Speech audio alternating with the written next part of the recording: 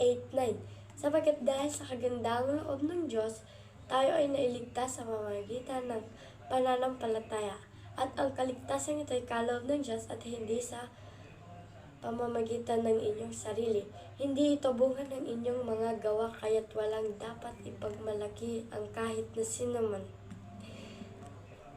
Ang Panginoon ay malapit sa lahat na nagsisitawag sa Kanya. Sa lahat ng nagsisitawag sa Kanya sa katotohanan. Ito ang napili kong verse dahil ang verse na ito ay nagpapakita ng kagandahan ng loob ng ating Diyos. Ang Diyos ang tanging dahilan kung bakit tayo ay nailigtas lahat sa pamamagitan ng pananampalataya. Bunga nito ang mga gawa, kaya't walang dapat ipagmalaki ang kahit na sino man.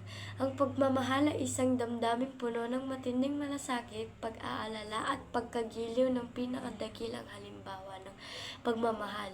Diyos na Kanyang anak, matatagpuan sa walang hanggang pagbabayad sa sala ni Kristo. Sabi nga sa awit 145:18, ang Panginoon ay malapit sa lahat ng nagsisitawag sa Kanya, sa lahat ng nagsisitawag sa Kanya sa katotohanan. Pati na sa Luke 1:37 na walang imposible sa Diyos, at pag ikaw ay may hiniling sa Kanya o may hiningi na gusto mo, at ito'y darating sa iyo sa tamang oras, panahon, kung ito'y kinakailangan.